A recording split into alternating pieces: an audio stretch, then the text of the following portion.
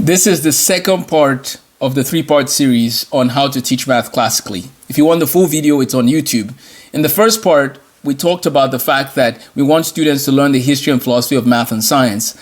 But in this continuation, we're going to be talking more and more about the nuts and bolts to help your school transition to a classical math curriculum.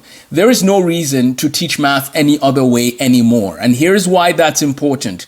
Because students are watching in real time the changes going on in the world, and they're wondering, okay, if the computers can do this and do this and do that, why am I learning the same things computers can do? What's the point of what I'm learning? Well, that's where the classical approach to mathematics helps, because the students can learn the why behind what they're learning. And students badly want to learn, why am I learning this? Why does this matter?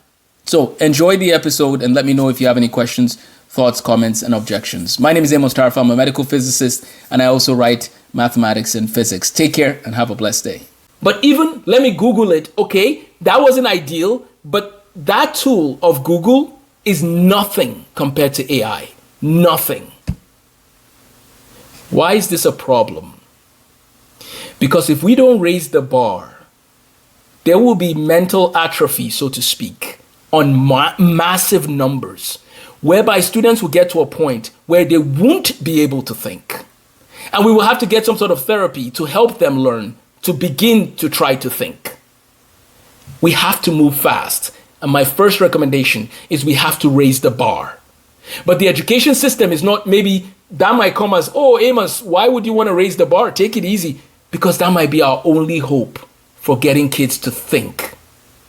So I've written Counter to Calculus, all these workbooks that I have all these workbooks. And why do I use workbooks instead of just online components? Even though I have a website, I have an app, I have agentic AI tools, I build software tools, but I want paper and pencils and pen.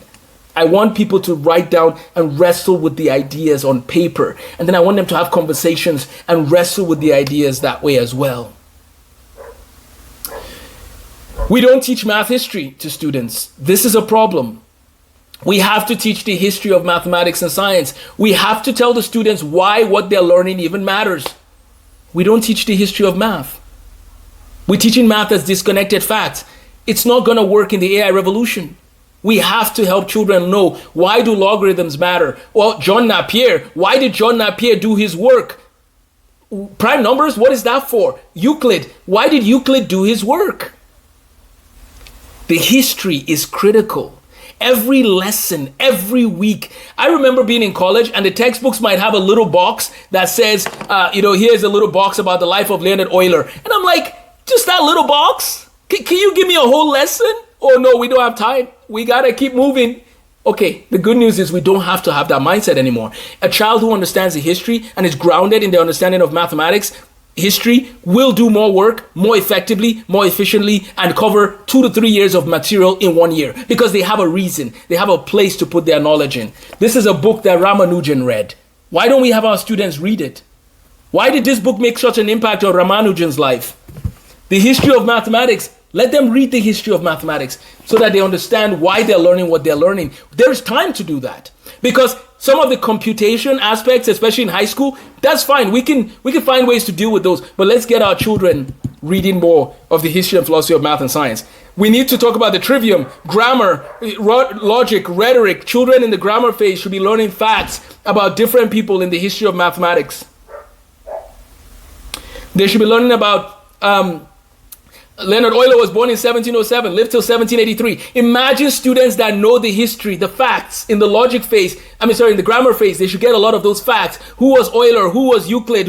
Learn all the math history, all those facts in elementary school. So my curriculum takes the history of mathematics into those 4 cycles in 1st to 4th grade, 5th to 8th grade, 9th to 12th grade. So they're going to learn ancient history of mathematics in 1st grade, in 5th grade, and in 9th grade. They're going to learn the Middle Ages in 2nd grade, in 6th grade, and in 10th grade. They're going to learn early modern history in 3rd grade, in 7th grade, and 11th grade. And then they're going to learn modern history in 4th grade, 8th grade, and 12th grade. And guess what? When they get to the rhetoric phase, they should be debating things about Gödel's incompleteness theorem.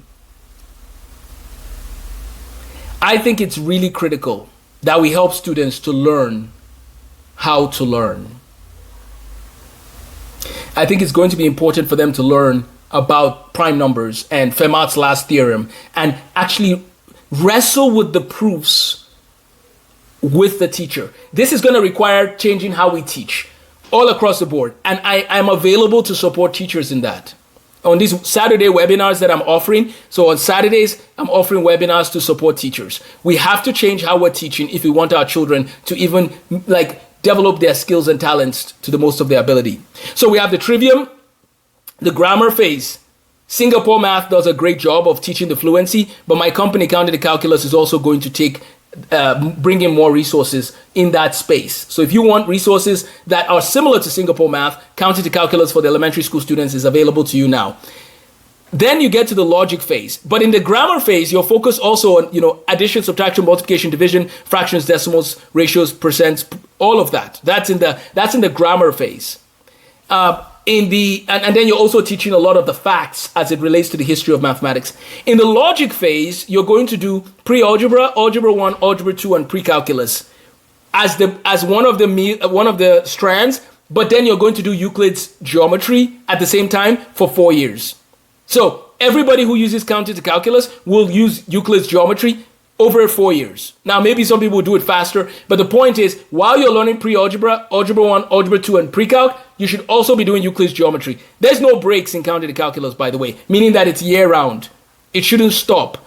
It should be year-round. So there can be breaks here and there, like two days here. Of course, weekend breaks, but maybe 2 weeks here, 1 week here. But we can't do the summer break anymore if we want our children to be exceptional in mathematics. So in the logic phase, that's what you cover. And then in the rhetoric phase, you focus on calculus 1, 2, 3, differential equations, discrete mathematics, linear algebra. You focus on those things when you get to the rhetoric phase. But you also focus on what is Gödel's incompleteness theorem and what does it show us about the limits of knowledge? Let's wrestle with that.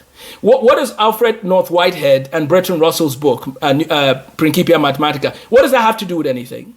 Okay, let's read Isaac Newton's book. Let's read Leonhard Euler's book, Elements of Algebra.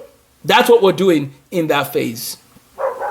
Then we get into the quadrivium aspect of the discussion. So we need the framework of the grammar, logic, and rhetoric. But now we're going to build on top of that the quadrivium.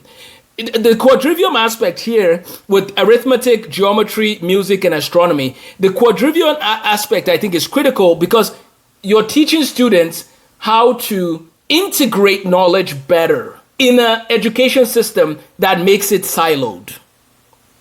The current education system makes it look like a student might learn, go to my math class and then go to my science class and then go to this class.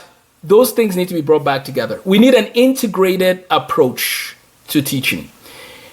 Isaac Newton is the co-inventor of the calculus, but he's also the founder of Newtonian physics. Why do we split Newton into two? It's the same guy. It's the same Newton. We need to rethink what we're doing when it comes to education in 2026 and beyond. Math and the mathematical sciences should be taught together. If a school needs to have 2 teachers teach it, that's fine. But those 2 teachers need to be the students need to see those 2 teachers interacting and begin to realize that these 2 people are on the same team. It's not like, oh, that's my math teacher, that's my science teacher. They don't really talk. No. The integrative nature of the quadrivium, I think, is critical in part of what I'm getting at. But now let me bring it to life here. In that 1st to 12th grade program I described of the grammar, logic, and rhetoric, we also need every one of those years, the students are seeing the interaction between arithmetic and geometry and music and astronomy. Did you know that Leonhard Euler was actually alive at the time of George Frederick Handel? They were both contemporaries. That's crazy. When Handel's Messiah came out in 1741, Leonhard Euler was moving into full swing in mathematics. That's crazy. Now, I don't think they met. If you think otherwise, let me know in the chat. But I think that it's just interesting to think, how cool is it? How cool is it that we can basically show students the connection between all of these things? So we have arithmetic. Thank you for watching that video. If you want the full video, you can find it on the YouTube page of Counting to Calculus. We have the full video there. And if you have any questions, thoughts, comments, please leave them in the comment section. Thanks for watching again, and look forward to helping more students to learn mathematics from a classical perspective. Take care and have a blessed day.